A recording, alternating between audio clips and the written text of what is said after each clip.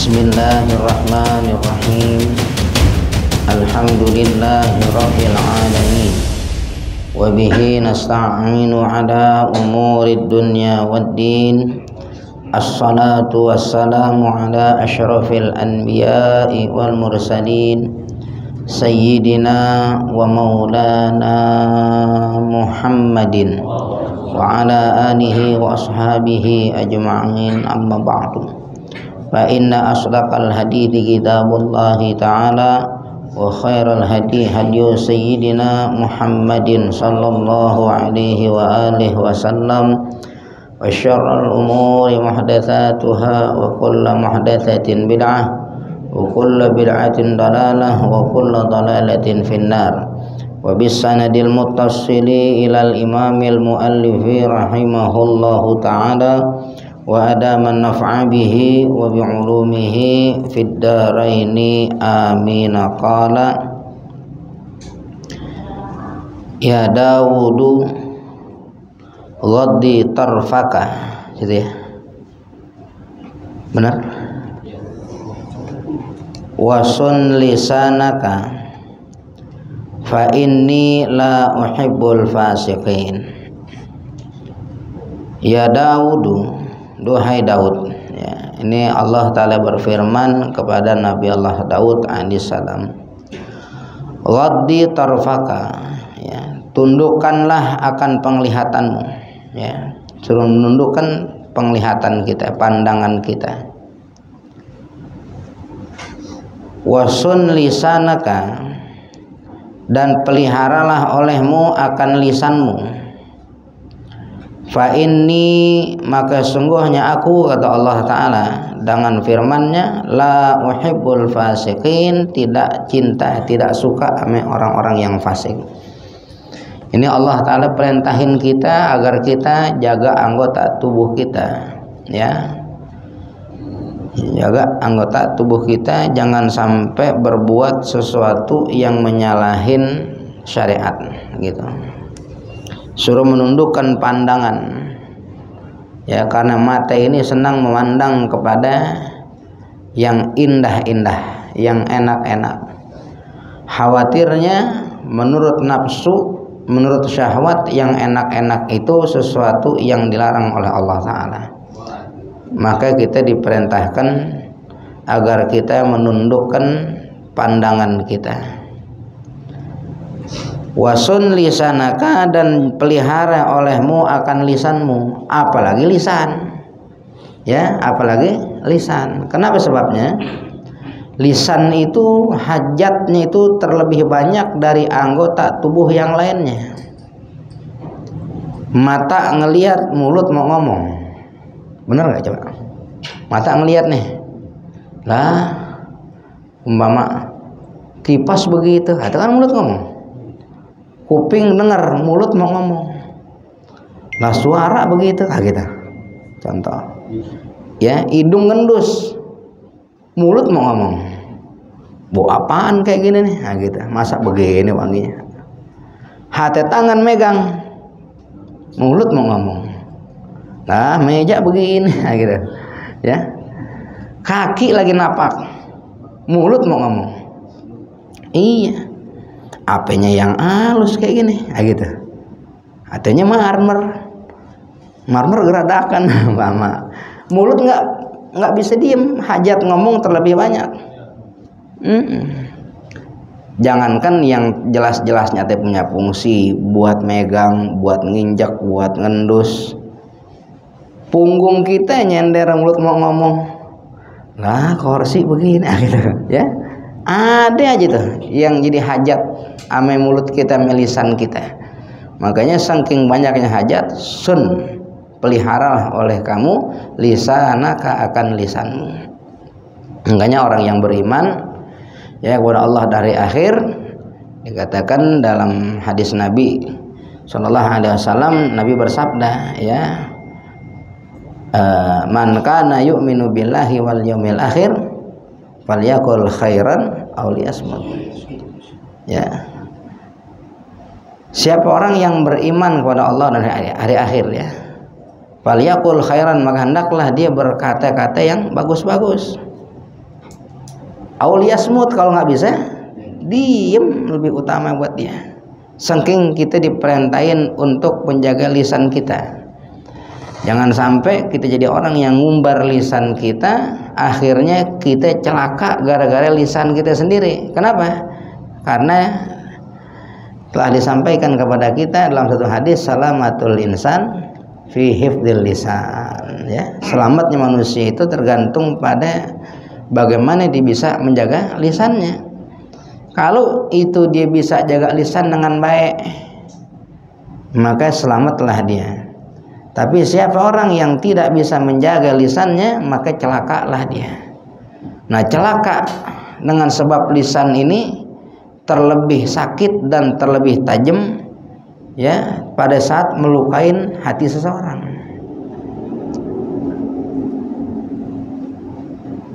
Kalau pisau yang umpama kena kita, ya, orang kena pisau, badan sakit, hati sakit, tapi pada saat baik badannya, baik juga hatinya.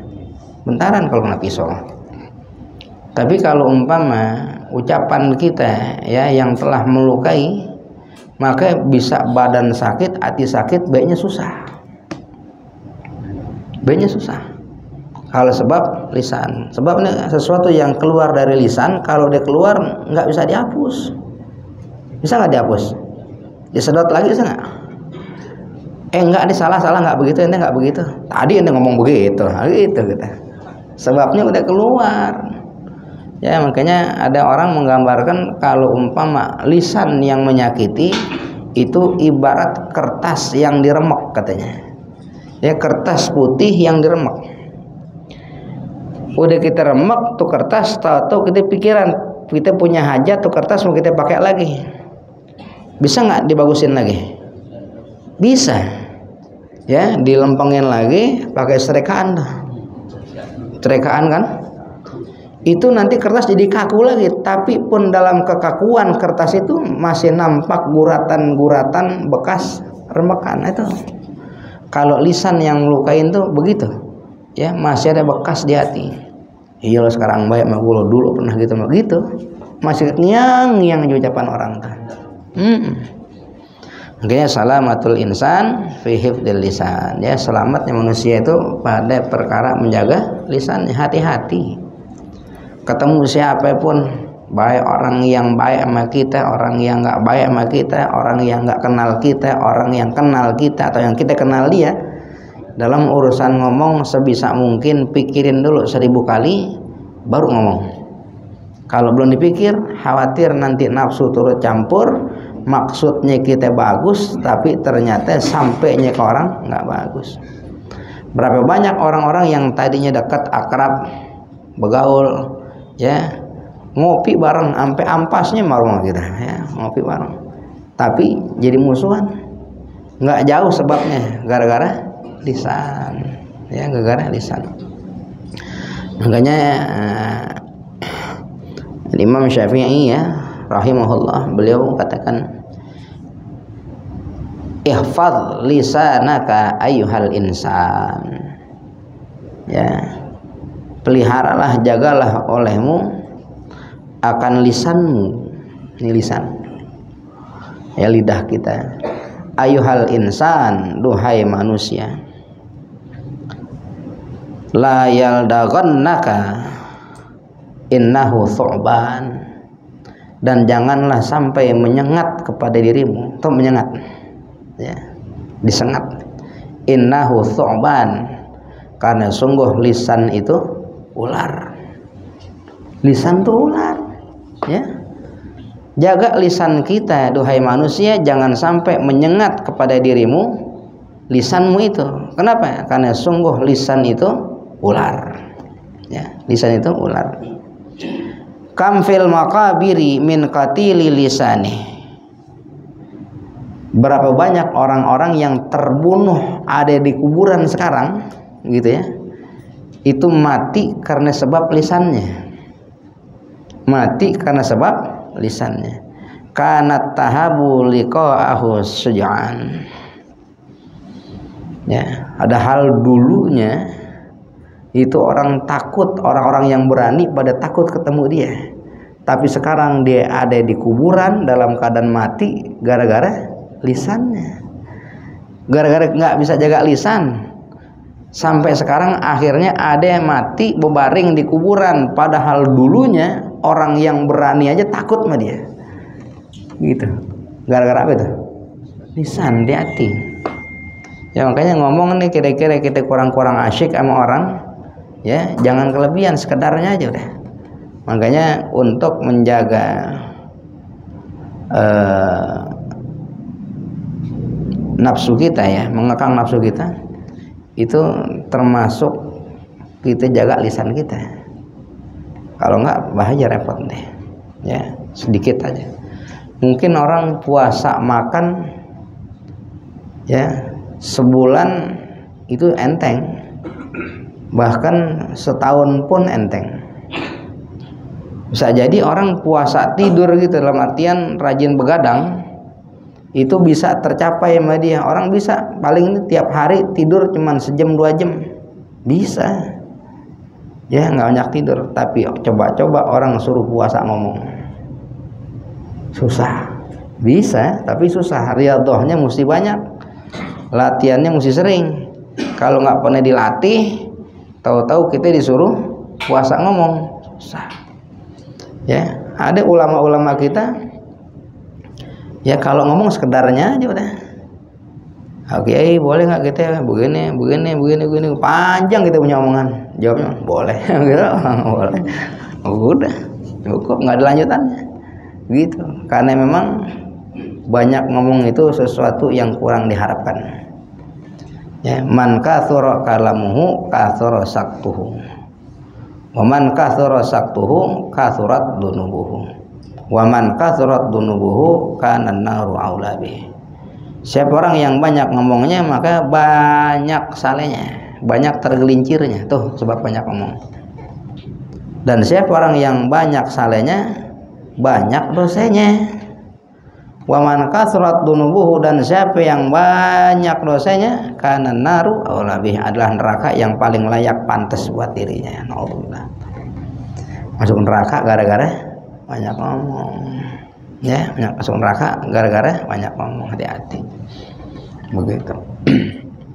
Saya ingat tuh yang ada di video ya, Walid Mu'allim Syafi'i ya, Walid itu beliau lagi sampaikan masalah qaul itu tuh ya, man katsura kalamuhu gitu ya, lagi tawakuf di puncak tuh ada. Itu katanya banyak ngomong sesuatu yang kurang dikehendaki, cuman namanya kita belajar mengajar mesti ngomong gitu, katanya mesti ngomong. Ya, mesti ngomong. Kalau ngomong nggak sampai nanti maksudnya. Tapi Abah lu pernah itu cerita, datang ke Habib Ali bin Husain Al-Attas, itu nungguin lama itu ya, udah kitabnya ada semuanya kita, buka kitab tutup lagi, udah lama tutup lagi. Kata Abah tuh, ya Habib kita nggak ngaji nih, kan udah tadi begitu, udah tadi perasaan belum ngapa-ngapain, buka kitab tutup lagi. Kata Abah, oh ngaji diem. Ngaji diem. Ternyata kadang-kadang kita perlu juga, kata Abah, ngaji diem gitu. Kalau nggak begitu kita banyak ngomongnya nanti ya, maunya bawaannya ngomong aja gitu ya, mata ngelihat, mulut mau ngomong. Kalau yang dilihat bagus, kalau nggak bagus akhirnya aib orang dia ngomongin dia. Nah, gitu ya. Jadi hati-hati ya, perintahnya sun lisanaka ya, agar kita pelihara itu yang namanya lisan kita. Fa inni la uhibbul fasikin, karena sungguhnya diriku tidak suka, kata Allah Ta'ala, kepada orang-orang yang fasik ya. Orang fasik ngerti aturan tapi dilanggar, itu orang fasik ya, maksiat segala macam. Dia tahu judi dosa dikerjain juga gitu.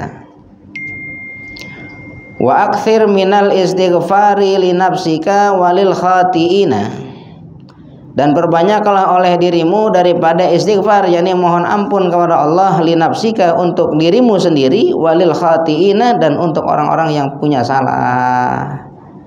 Ya, banyak-banyak minta ampun Allah Ta'ala untuk diri kita dan untuk orang-orang yang pada punya salah, pada punya dosa. Ya itu bagus sih perintahin. Makanya kita pukul rata tuh ya kalau sholat.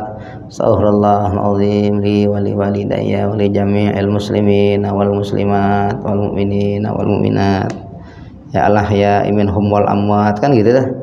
Ya Allah, ampunin saya, orang tua saya, semua orang-orang Islam yang laki perempuan, orang mukmin yang laki yang perempuan, yang mereka masih hidup dan juga udah pada meninggal, kan gitu ya. Berarti kalau kita sebut orang muslim laki perempuan, mukmin laki perempuan yang hidup yang meninggal, kira-kira orang fasiknya kebagian juga nggak? Kebagian, asalkan muslim mukmin ya. Orang-orang yang punya salah kebagian nggak? Bagian juga. Kita nggak sebut ya Allah ampunin orang-orang, ampunin saya, orang tua saya, orang Islam laki perempuan, orang mukmin laki perempuan yang baik-baik aja ya Allah, yang pada itu kan nggak begitu gitu ya. Pukul rata semuanya kebagian. Nah dulu saya tuh pernah diajarin tuh ya, tuh baca saban-saban sholat 10 kali. Makanya kalau kita nggak berhenti baca istighfar untuk muslimin muslimat semuanya ya, melainkan Allah Ta'ala bakal gampangin urusan hajat kita begitu ya. Dawamin 10 kali. Kan katanya kalau yang ganjil 9, cuman kalau di 9 genepin 10 begitu katanya ya. Kalau 9 genepin 10 ya kan, 3, 5, 7 ya, 9 kan ganjil, tapi kalau 9 ya kata Sabil genepin 10 gitu ya, genepin 10. Lazimkan baca itu, maka Allah Ta'ala nanti akan mudahkan urusan-urusan kita. Apa? Istighfar. Wa auhallahu ta'ala ila ba'di anbiya'ihi alaihi wassalam udhkurni idza ghadibta adhkuruka idza ghadibtu fala amhaquka fiman amhaqu. Wa auhallahu ta'ala ila ba'di anbiya'ihi, dan telah mewahyukan Allah Ta'ala kepada sebagian nabi-nabinya alaihi wassalam ya. Kata Allah dengan firman-Nya, udhkurni, ingatlah olehmu akan diriku, idza ghadibta, apabila engkau sedang marah. Kalau engkau lagi marah, ingat Allah ya. Kalau lagi marah, ingat pada Allah. Ingat betapa luasnya rahmat Allah, ingat betapa luasnya pengampunan Allah, ingat betapa banyaknya pemberian nikmat Allah sama kita ya. Begitu kalau lagi marah tuh ingat sama Allah, ingat sama sekalian rahmatnya, nikmatnya, pemberiannya, pengampunannya luas gitu ya, luas.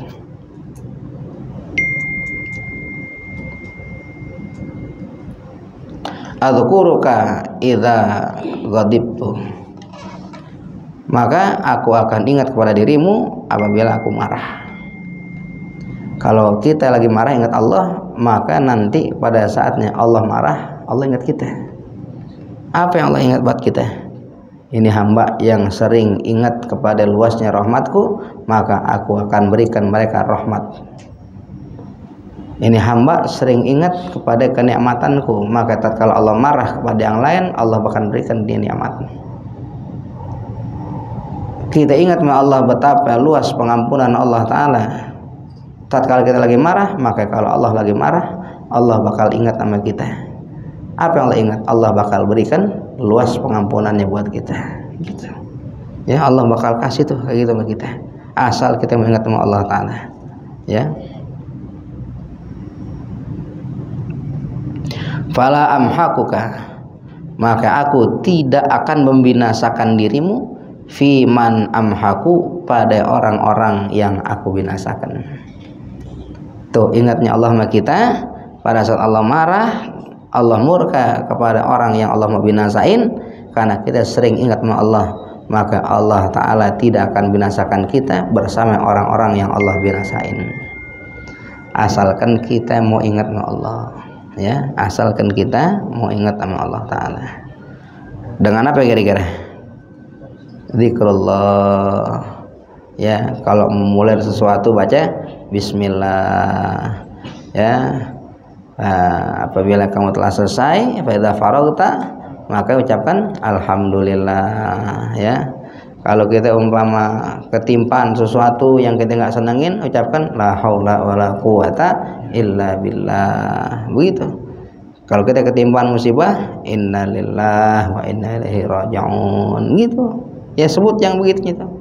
Terus hari-hari kita dengan zikir kita jangan lupa baca apa? Al-baqiyatus shalihat. Subhanallah walhamdulillah wala ilaha illallah wallahu akbar. Begitu. Ya, sebut Allah taala dalam segala keadaan kita. Maka Allah taala akan senantiasa ingat sama kita. Banyak zikir, ya. Ini kaget dikit, buset. Pakai jelasin lagi. Kalau buset itu biasa, kalau buseh itu luar biasa. Pakai jelasin gitu. Ya, ini ingat Allah Taala ya. Istighfar astaghfirullahaladzim wa atubu ilaih. Astaghfirullahaladzim wa atubu ilaih. Gitu.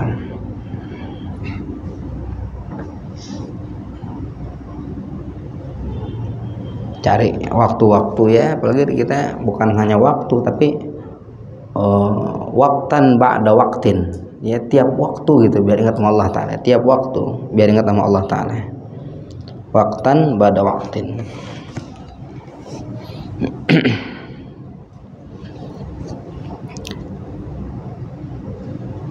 Hain ba'da hain ya, tiap saat jangan pernah kita melupakan Allah Ta'ala. Kita kalau menjalankan yang dikatakan ya, Allah Ta'ala dengan firman dalam Quran ya ayyuhalladzina amanu taqullaha haqqa tuqatih ya, kita suruh bertakwa dengan sebenar-benarnya takwa.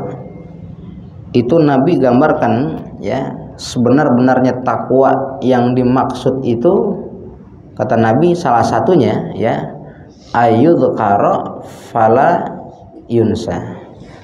Allah itu senantiasa selalu diingat tanpa pernah sekalipun dilupa. Begitu. Kira-kira ada nggak di antara kita yang sepanjang hidup dari dulu sampai gini hari berarti ya ingat terus sama Allah tanpa pernah sekalipun Allah dilupa? Ada yang pernah begitu? Kita ingat sama Allah kadang lagi susah doang. Listrik belum bayar baru ingat ya Allah. Begitu ya, listrik belum bayar. Terus enggak, saya listrik udah bayar. Sekolah anak-anak udah. Terus kapan kamu ingat sama Allah? Saya sering ingat sama Allah Ta'ala kalau bini lagi ngambek. Ingatnya gitu doang. Berarti kan selain itu lupa dia. Begitu. Ya. Maka kata Habibullah Al-Haddad, tidak ada manusia di dalam hidupnya yang senantiasa selalu Allah diingatnya tanpa pernah sekalipun dilupa kecuali baginda Nabi Muhammad SAW. Nabi doang. Kita kadang katakan kita orang ingat sama Allah Ta'ala lagi melek, pas tidurnya lupa. Itu kan bagian lupa itu termasuk dihitung orang yang lupa sama Allah, nggak peduli lagi tidur lagi nggak tidur. Kalau Nabi kita pun beliau sedang tidur yang merem matanya, tapi hatinya selalu ingat sama Allah Ta'ala. Begitu. Kalau kita tidur mata merem, hati apa lagi ya, hati apa lagi. Emang kalau lagi sadar kita hati ketiga yang dengki mulu, yang ada yang orang dengki mulu, kapan ingat sama Allahnya? Begitu. Nah, itu kita makanya itu kalau kita dituntut ya sebagaimana yang Allah firmankan dalam Al-Quran, suruh bertakwa dengan haqqa tuqatihi, sebenar-benar takwa. Waduh, kita mungkin dosa semua orang, nggak ada yang bisa ngerjain begitu. Makanya kata Habibullah Ta'ala, ittaqullaha mastata'tum, gitu. Bertakwalah kamu kepada Allah semampu dirimu. Bagaimana makna mampu? Selagi bisa tambahin, selagi bisa tambahin, jangan pernah berhenti apalagi ngurangin gitu. Apalagi ngurangin, waliyadzubillah, apalagi sampai putar haluan ngejauh dari Allah Ta'ala. Waduh, ngeri ya, ngeri. Boro-boro dapat sebenar-benarnya takwa, kategori takwa saja nggak dapat ya nggak dapat ya. Mudah-mudahan Allah kuatkan, mantapkan ketakwaan kita sama Allah Ta'ala.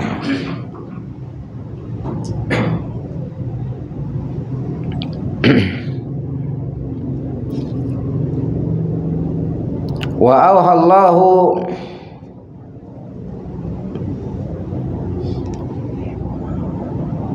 li Isa ya, ila Isa ya, adanya. Wa auhallahu ila Isa alaihi salam an kulli bani Israila la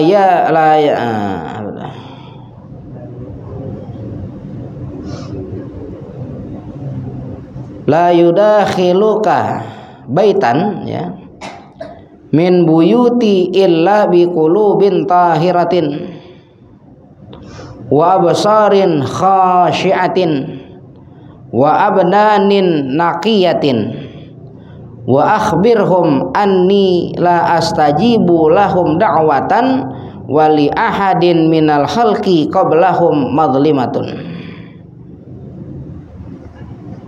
Ya. Dan telah mewahyukan Allah Ta'ala ila Isa alaihissalam kepada Nabi Allah Isa alaihissalam ankul bahwasanya katakanlah olehmu li Bani Israel kepada Bani Israel la yudakhiluka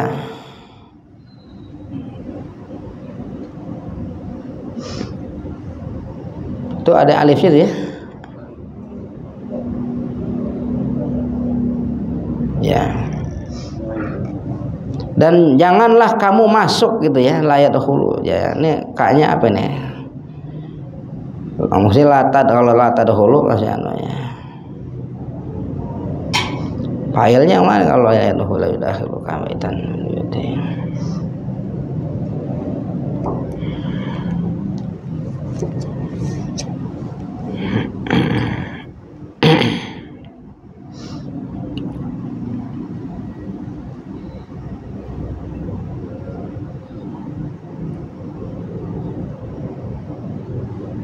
Jadi kalau dibilang oleh Bani Israel umpama sebagai suatu perintah ya, la yadkhulu, ini ada kaknya itu ya, kaknya ya, ada kaknya ya? La yadkhulun, la yadkhuluna apa la yudakhiluka? Tudakhiluka. Ada alif ya, hurufnya apa coba? Yudakhiluka kan? Iya sama.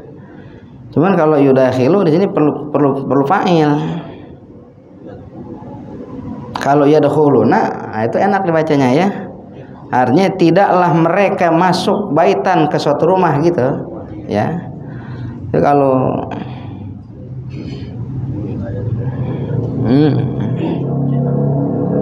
filenya nggak ada. Itu kitabnya sama kayak gini. Oh iya. Nah, ambil yang enak lah ya, biar enak dibacanya. La yadkhuluna ya.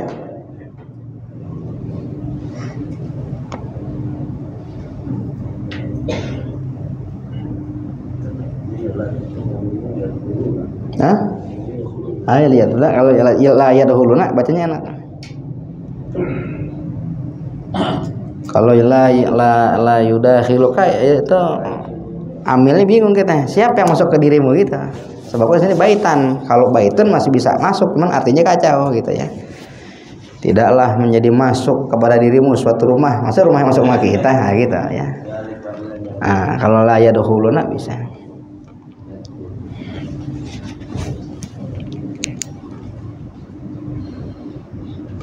Mungkin salah cetak kali ya. Ankul bahwasanya katakan olehmu li Bani Israel kepada Bani Israel la yadkhuluna baitan gitu ya. Tidaklah mereka masuk orang Bani Israel itu kepada satu rumah min buyuti dari rumah-rumahku ya. Rumahnya Allah apa namanya? Masjid gitu ya, tempat-tempat ibadah itu Baitullah.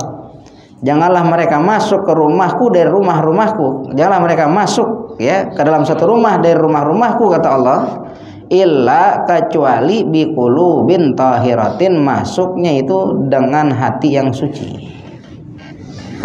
Ya, jadi kalau masuk ke rumah Allah, masuklah dengan hati yang suci.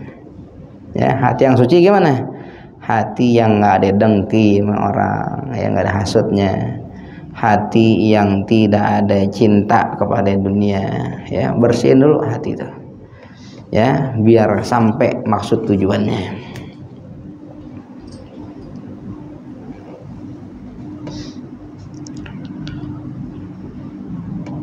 Wa absarin khasyiatin, yakni jangan pula dia masuk kecuali dengan absarin, ya pandangan yang khusyuk, pandangan yang khusyuk. Absarin, absar penglihatan, pandangan yang khusyuk.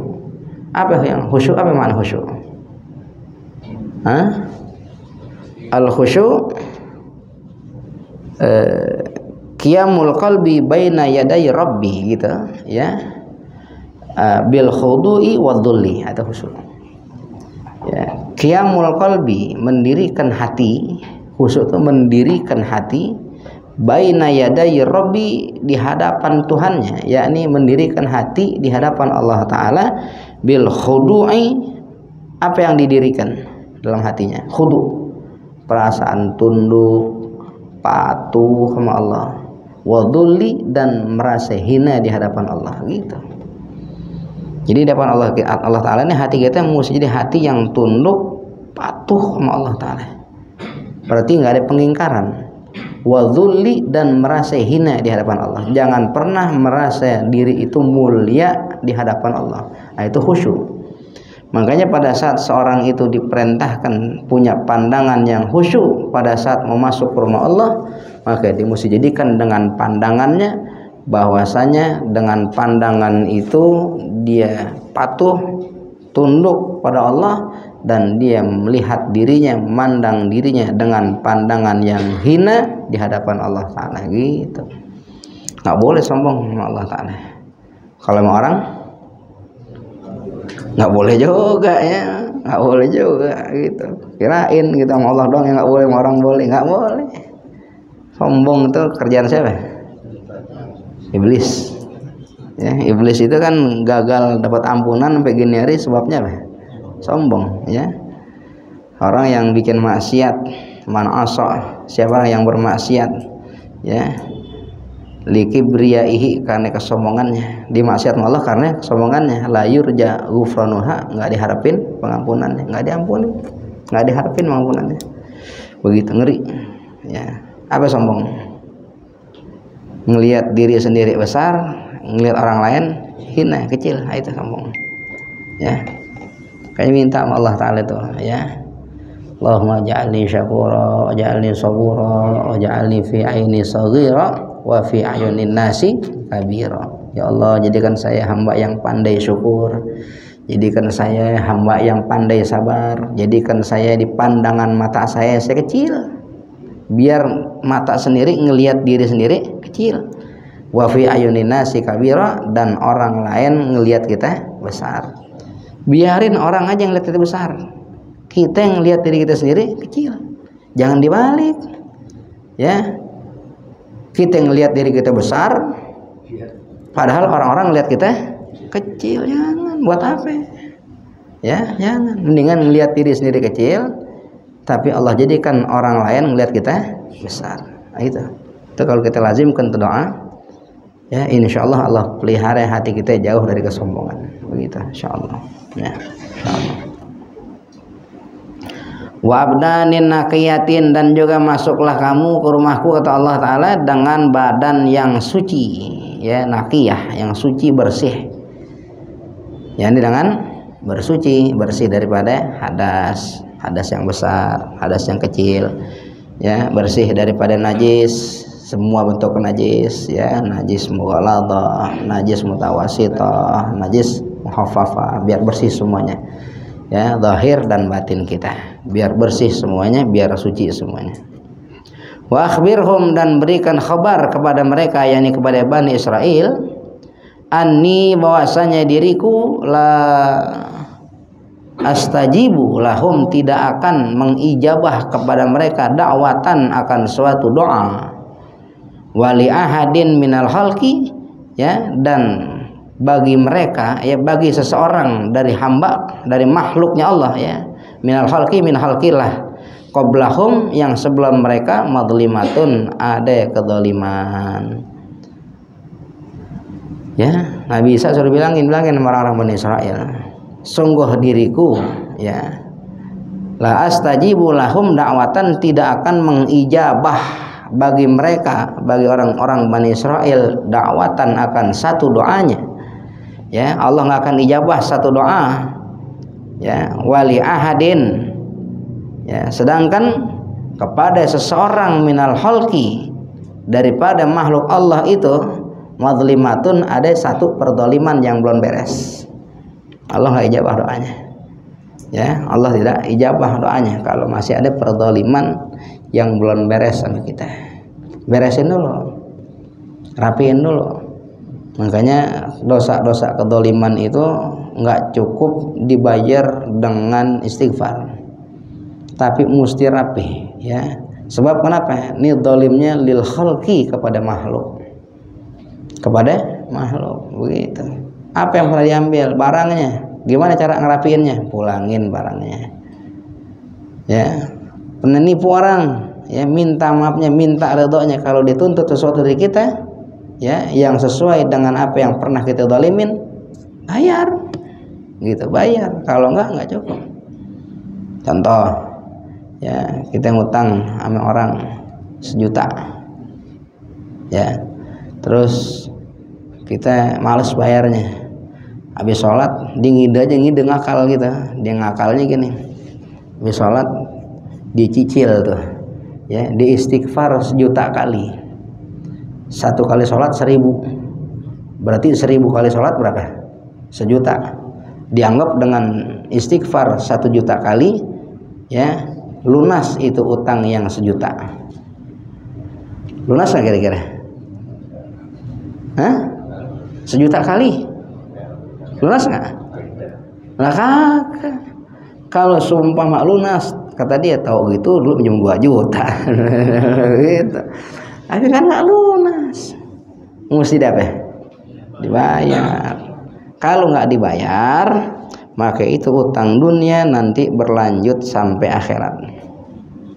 Ya, sampai akhirat. Gimana cara bayarnya? Di akhirat cara bayarnya itu dengan amal baik kita, amal soleh kita. Nanti bakal diambilin tuh amal baik kita, amal soleh kita di akhirat sama orang yang pernah kita dolimin. Kalau seumpama amal kita udah habis diambilin sama orang yang kita dolimin di dunia, sedangkan belum bisa nutupin utang-utang kita, baik apapun kedoliman kita, bukan hanya utang, semua kedoliman kita, maka keburukan orang yang pernah kita dolimin itu nanti bakal ditanggung sama kita. Seukuran apa? Seukuran kurangnya atau sisanya daripada kedoliman yang belum terbayar dengan kebaikan kita. Coba, alhamdulillah. Ya, gimana dong caranya biar kita nggak kena kayak begitu? Ya jangan bikin dolim orang. Ya, jangan bikin kedoliman gitu, jangan. Jauhin dah.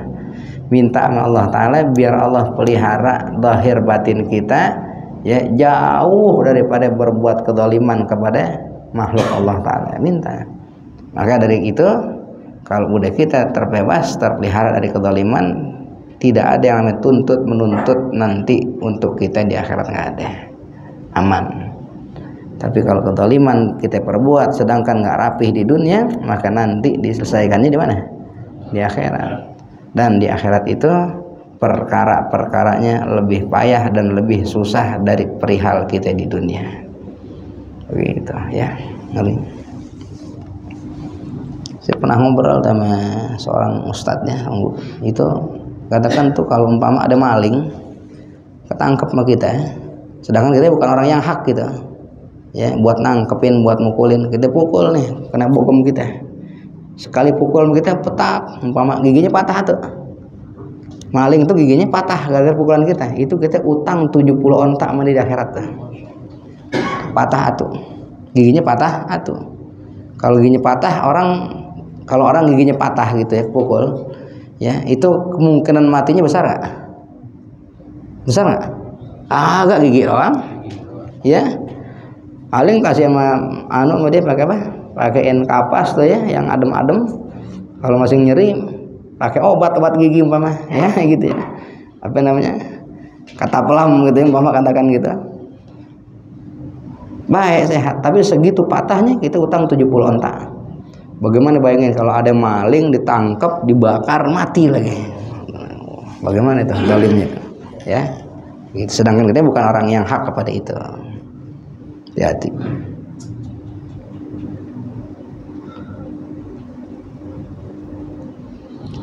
Ya, jadi Allah Ta'ala tidak akan mengijabah bagi mereka, yang bagi Bani Israel, dakwatan akan satu doa ya, wali ahadin ya, dan sedangkan mereka tuh kepada seorang minal khalqi daripada makhluk Allah, qablahum sebelum mereka, madlimatun ada perdoliman. Jadi kalau mau ditunaikan doanya sama Allah, dijabung Allah, rapi dulu kezalimannya. Kalau enggak nanti ya dia bakal panjang urusan sampai akhiratnya. Naudzubillah min dzalik. Bukan Allah enggak ngabulin doa, Allah mengabulkan doa, tapi kan banyak caranya ya, banyak caranya. Ya setelah wa auhallahu ila ba'di anbiya'ihi alaihi salam wallahu a'lam.